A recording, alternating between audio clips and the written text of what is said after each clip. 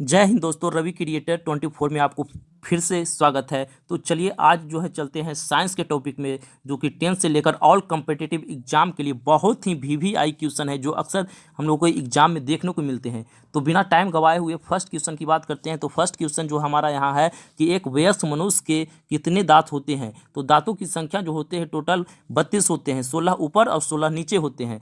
और इसको विशेष चर्चा किया जाए तो दांत जो होते हैं 4 प्रकार के होते हैं। दांत कितने, तो 4 प्रकार के होता है, कृदनक, रदनक, अग्रच्वर्णक और च्वर्णक। चारों के कार्य जो है अलग अलग होते हैं, जो कि आपको लॉन्ग विस्तृत टॉपिक में पढ़ना है। ठीक है, तो आगे जो है चलते हैं second number question. Second number question जो है यहाँ पर मस्तिष्क उत्तरदायी है किसके लिए? हृदय स्पंदन के लिए, शारीरिक संतुलन के लिए, सोचने के लिए, कि इनमें से सभी? तो यहाँ सही जवाब हमारा हो जाएगा इनमें से सभी, यानी मस्तिष्क का सारे काम यानी जिम्मेदारी है। ठीक है, कि आगे है 3 नंबर क्वेश्चन कि ट्रैकिया किस जीव का श्वसन अंग है? जैसे कि हम लोग का जो होता है, मनुष्य का जो होता है नाक से श्वसन करते हैं, मछली का क्या है तो गिल्स से श्वसन करते हैं। तो उसी प्रकार जो है ट्रैकिया किसका है? तो इसका सही जवाब होगा ट्रैकिया का जो है कॉकरोच। कॉकरोच जो है ट्रैकिया का जो है श्वसन अंग है, हमेशा याद रखेंगे, बहुत ही इंपॉर्टेंट क्वेश्चन है। आगे जो है फोर्थ नंबर क्वेश्चन है शरीर में भोजन का पाचन किस प्रकार की अभिक्रिया है?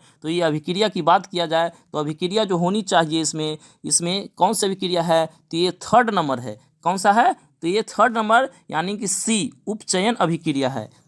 आगे चलते हैं तो इसमें आगे क्वेश्चन है कि 5 नंबर क्वेश्चन कि पूर्ण विकसित अंडाशय क्या कहलाता है? तो पूर्ण विकसित अंडाशय की बात किया जाए तो यहाँ पर पूर्ण विकसित अंडाशय जो है फल कहलाता है। क्या कहलाता है? फल। फल जो है इसमें 2 प्रकार का होता है, सत्यफल, असत्य फल। ठीक है, तो याद रखना है। तो 6 नंबर क्वेश्चन की बात किया जाए तो एक अच्छी क्वेश्चन है कि एक स्त्री में कौन सा गुणसूत्र मिलते हैं? तो स्त्री की बात किया जाए तो हमेशा याद रखेंगे XX मिलती है, और पुरुष की बात किया जाए तो उससे जो है XY। इसमें एक क्वेश्चन और क्रिएट होते हैं कि अगर एक कहा जाता है गर्भवती महिला में से जो है कि पुरुष होने की संभावना क्या होती है, और महिलाओं होने की कहने का मतलब अगर XY रहेगा तो लड़के होने की संभावना होगी, और XX रहती है तो लड़की होने की संभावना होती है। एक क्वेश्चन भी अक्सर देखने को मिलती है। आगे क्वेश्चन है कि मृत्युजीवी जो है किसका उदाहरण है? तो ये गांव में अक्सर सुना करते होंगे गोबर छत्ता, जिसको कवक यानी टेटनस यानी गोबर छत्ता जो है जाना जाता है मशरूम के रूप में। ठीक है, तो उसको मृत्युजीवी के उदाहरण के रूप में रखा गया है। आगे है कि गार्ड कोशिका की कौन सी भित्ति की मोटी होती है? गार्ड कोशिका की कौन सी भित्ति मोटी होती है? तो इसमें चलना है भीतरी में कि बाहरी में कि पार्श्व में। तो ये हमेशा याद रखेंगे कि भीतरी वाली परत जो होता है हमेशा मोटी होती है। निम्नलिखित में से आगे क्वेश्चन है 9th नंबर कि निम्नलिखित में से कौन सा अधातु विद्युत का सुचालक है? तो इसमें सल्फर नहीं होगा, नाइट्रोजन भी नहीं होगा, क्लोरीन भी नहीं होगा। तो इसका सही जवाब हो जाएगा ग्रेफाइट। क्या होगा? ग्रेफाइट। 10th नंबर क्वेश्चन बहुत ही अच्छा क्वेश्चन है। 10th नंबर क्वेश्चन की बात किया जाए कि बैटरी का अम्ल जो होता है क्या है? तो बैटरी का अम्ल जो होता है H2SO4 जो कोई रसायनों के राजा के नाम से जाना जाता है, क्योंकि इसका रासायनिक बंधन जो होता है बहुत ही स्ट्रांग होता है। 11th नंबर क्वेश्चन की बात किया जाए तो 11 नंबर क्वेश्चन है कली चूना का रासायनिक नाम क्या है? तो ये सिंपल सी क्वेश्चन है, कली चूना का रासायनिक नाम CaO है। आगे 12th नंबर क्वेश्चन की बात किया जाए, 12th नंबर क्वेश्चन है कि आयोडीन नमक क्या है? आयोडीन नमक की बात किया जाए तो आयोडीन नमक A एंड B यानी दोनों होना चाहिए, A और एंड B दोनों है, यानी इसका सही जवाब हो जाएगा C। इसका आयोडीन युक्त नमक क्या है? तो A B दोनों, C इसका सही जवाब होगा। आगे जो है 13 नंबर क्वेश्चन है प्लास्टर ऑफ पेरिस का रासायनिक नाम क्या है? तो इसका सही नाम होना चाहिए D। इसका सही नाम क्या है? D है। इसका प्लास्टर ऑफ पेरिस का सही नाम है कैल्शियम सल्फेट हेमीहाइड्रेट, जो कि प्लास्टर ऑफ पेरिस का इस्तेमाल जो है टूटी हुई हड्डियों को जोड़ने में भी काम किया जाता है, जो डॉक्टरी सहायता रूप में होती है। आगे है कि लौंग जो होता है ना किस प्रकार का सूचक है? तो ये सूचक की बात किया है तो इसको गंधीय सूचक माना जाता है।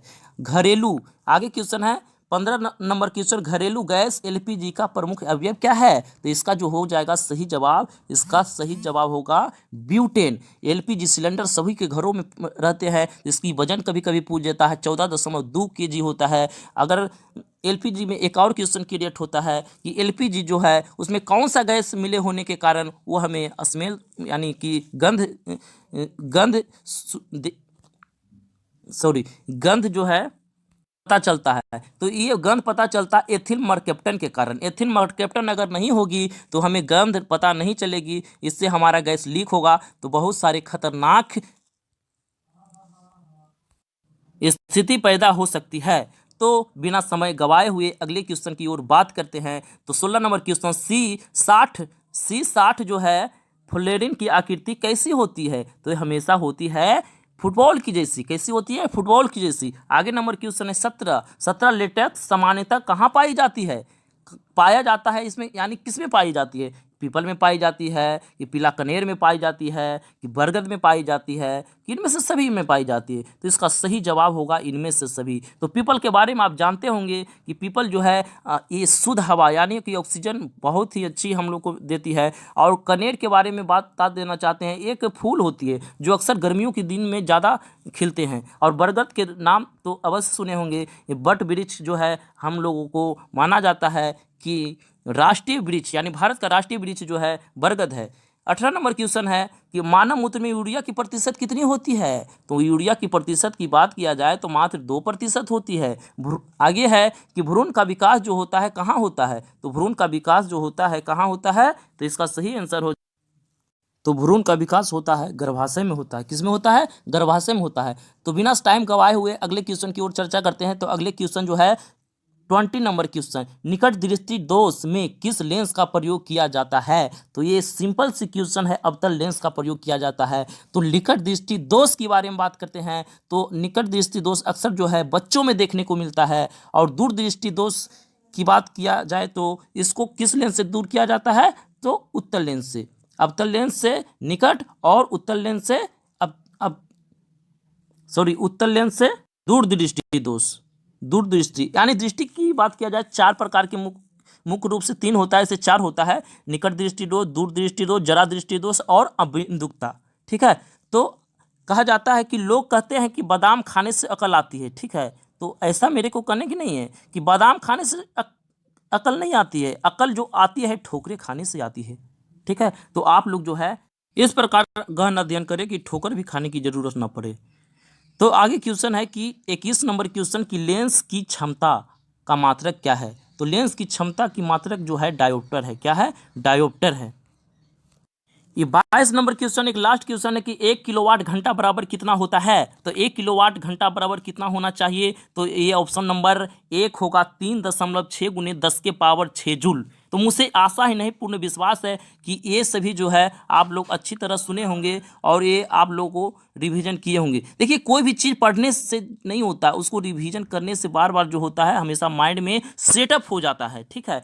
तो मुझे कहने का मतलब जो भी कुछ पढ़े उसे दोबारा एक बार पढ़ने की जरूर कोशिश करें, उसको रिवीजन करने की जरूर कोशिश करें, आपको सफलता अवश्य मिलेगी। वैसे भी लोग कहते हैं कि लोग जब डूबते हैं तो समुंदर का दोष देते हैं और मंजिल नहीं मिलती तो किस्मत का दोष देते हैं और खुद को चलना सीखा ही नहीं, जब लगती है ठोकरे तो पत्थर का दोष देते हैं। तो किसी की दोष नहीं देना मेरे दोस्तों। आशा करते हैं कि इस प्रकार की टॉपिक आपको अच्छी लगी होगी और फिर मिलते हैं अगले वीडियो में अगले टॉपिक लेकर। इसी के साथ धन्यवाद।